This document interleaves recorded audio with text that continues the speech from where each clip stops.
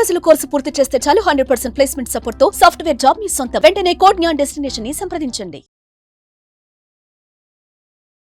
నమస్తే ఉమాదేవరకొండ గారు. నమస్తే అమ్మా. వైకుంఠ ఏకాదశి, అందులోనూ కొత్త సంవత్సరంలో మొదటి మాసంలో వచ్చిన మొదటి పండుగ అని చెప్పొచ్చు. ప్రత్యేకించి ఈరోజు ఏమేం చేయాలి అంటారు, ఏం చేస్తే మంచిది, అండ్ దాంతోపాటు ధూపదీప నైవేద్యాలతో పాటు మనం ఎస్పెషల్లీ చెప్పేది ఒక మంత్రాన్ని తీసుకోండి, ఈ నామస్మరణతో ఉండండి, అనుకున్నది జరుగుతుంది అని చెప్తూ ఉంటుంటారు. సంకల్పం సిద్ధించాలి అన్నా, లేదంటే గ్రహ దోషాలున్న, నవగ్రహ శాంతులకు సంబంధించి ఏదైనా పరిహారం కావాలి అనుకున్న ఈరోజు ఏ విధంగా ఉండే అవకాశం ఉంటుంది? మార్గశిర మాసంలో వచ్చేటువంటి శుక్లపక్షంలో వచ్చేటువంటి ఏకాదశికి ఈ యొక్క వైకుంఠ ఏకాదశి, ముక్కోటి ఏకాదశి, మోక్షద ఏకాదశి అని పేరండి. ఉత్తరాయణ పుణ్యకాలం వచ్చేటువంటి ముందు వచ్చే ఏకాదశి. సో ఉత్తరాయణ పుణ్యకాలం అంటే మనకు తెలుసు, అప్పటి నుంచి దేవ మార్గం అనేటువంటిది ప్రారంభం అవుతుంది. సో ఇప్పుడు మనం మాట్లాడుకునే అంశము వైకుంఠ ఏకాదశి కాబట్టి, ఎవరైతే మధుకైటబులు అనేటువంటి రాక్షసులు ఉత్తర ద్వారం ద్వారా, అంటే ఉత్తర ద్వారము అంటే జ్ఞానానికి చిహ్నం అండి. సో ఎవరైతే మధుకైటబులు ఉత్తర ద్వారం ద్వారా శ్రీ మహావిష్ణువుని దర్శించుకున్నంత మాత్రం చేత వాళ్ళకి శాప విమోచనం అయింది.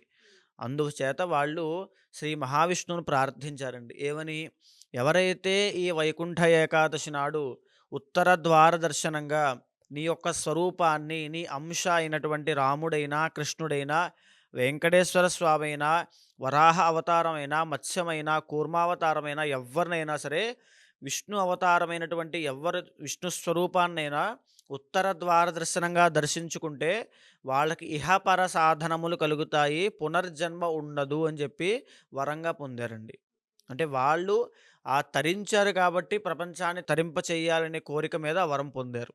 అంటే ఎవరైనా సరే వైకుంఠ ఏకాదశి నాడు తప్పకుండా సూర్యోదయం కంటే ముందే నిద్రలేచి తలస్నానము చేసి ఆ రోజంతా పాటించాల్సిన కొన్ని నియమాలు ఉంటాయండి. బ్రహ్మచర్యం పాటించాలి.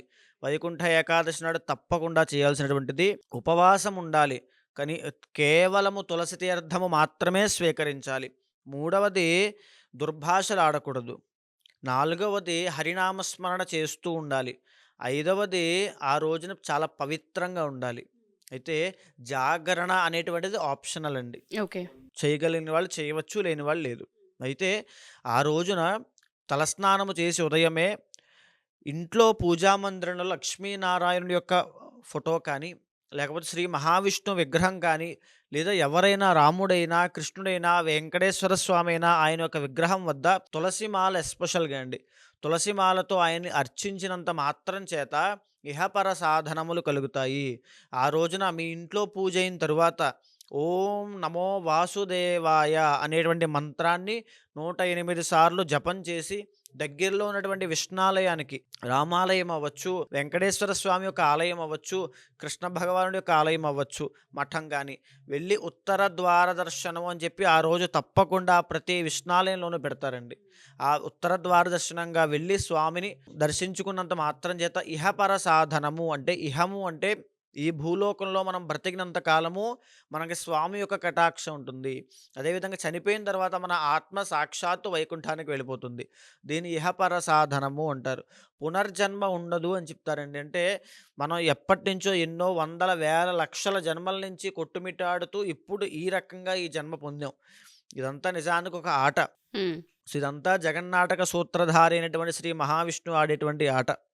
సో నెక్స్ట్ మళ్ళీ మనం చేసుకునేటువంటి పాప పుణ్యకర్మ ఆధారంగా మళ్ళీ ఏ కుక్క జన్మ ఎత్తొచ్చో, పంది జన్మ ఎత్తొచ్చో, ఆ రకంగా మన యొక్క కర్మ అనేది డిసైడ్ అవుతూ ఉంటుంది. అలాంటి ఈ ఆటలోంచి బయటకు వచ్చి సాక్షాత్ శ్రీ మహావిష్ణువులో కలిసిపోవడానికి దొరికినటువంటి ఏకైక రోజు వైకుంఠ ఏకాదశి.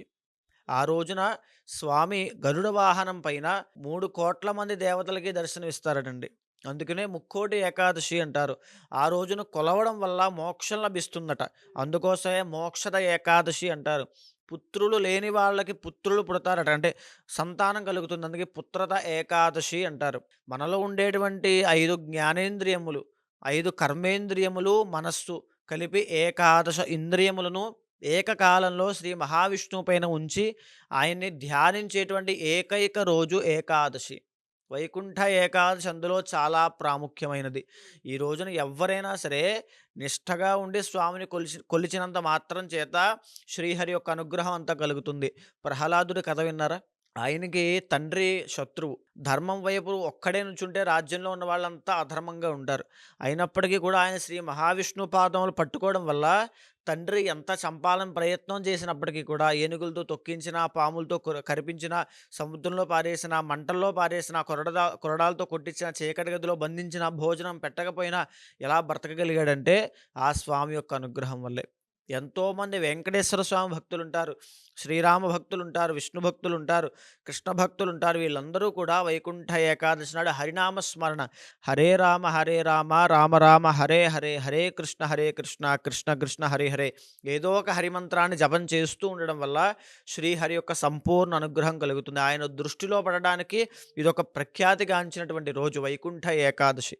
ఓకే. సో మీరు అన్నట్టుగానే ఈ నామస్మరణతో ఈ రోజంతా మనం స్మరించుకుంటూ ఉన్నా, దాంతోపాటు దేవుడికి దగ్గరగా ఉన్న అనుకున్న కోరికలు నెరవేరే అవకాశం ఉంటుంది అంటారా? ముఖ్యంగా మోక్షం లభిస్తుందండి. కోరికల్ని కూడా హరింపజేయగలిగే దివ్య జ్ఞానము లభిస్తుంది. ఎవరైనా మన ఈ వీడియో చూస్తూ ఉన్నవారు, మీరు రాసుల గురించి మాట్లాడారు, నక్షత్రాల గురించి మాట్లాడారు, కొన్ని పూజల గురించి కూడా మీరు మాట్లాడుతూ ఉన్నారు.